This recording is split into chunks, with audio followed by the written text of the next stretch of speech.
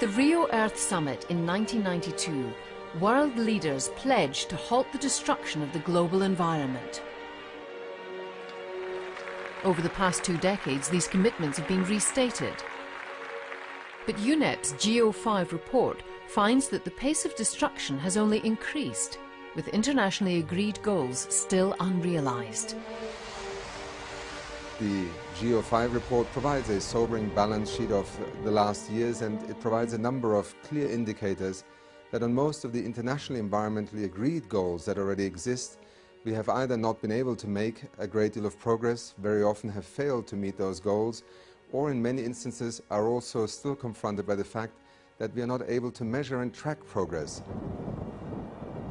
On the eve of Rio +20, several critical thresholds are approaching, beyond which abrupt changes to the life support functions of the planet may occur, with grave consequences for human well-being.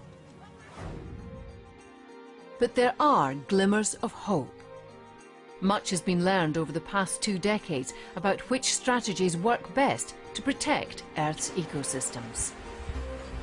In every corner of the globe, policies have evolved that offer real solutions to even the most daunting environmental problems. Community-based conservation policies that see local people as partners in protection. All these things are happening, then this is definitely going to have a very good effect in conservation of biodiversity.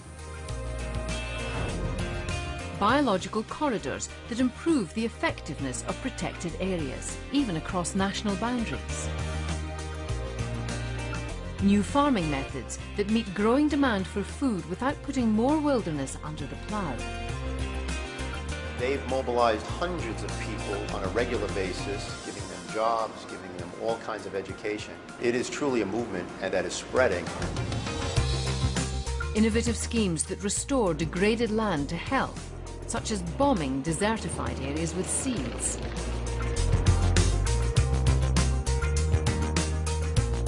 Market-based mechanisms that pay for the protection of vital watersheds and other ecosystem services. We think that growth, wealth and environment go hand in hand.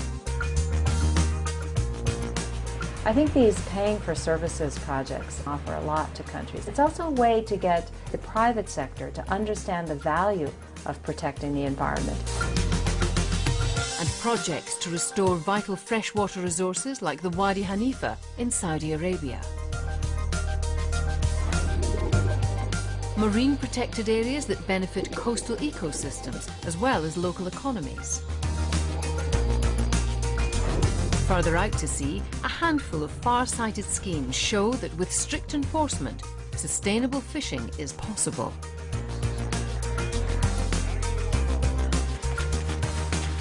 Recycling approaches that deal with the toxic chemicals in obsolete electronics and other goods. Feed-in tariffs to speed the transition to renewable energy. Renewable and energy-efficient technologies will be one of our fastest growing export areas. And adaptation strategies such as coastal defences to prepare for the impacts of climate change. Scaled up, adapted and replicated throughout the world, policies like these could yet put economic and social developments on a sustainable footing and help countries meet internationally agreed goals.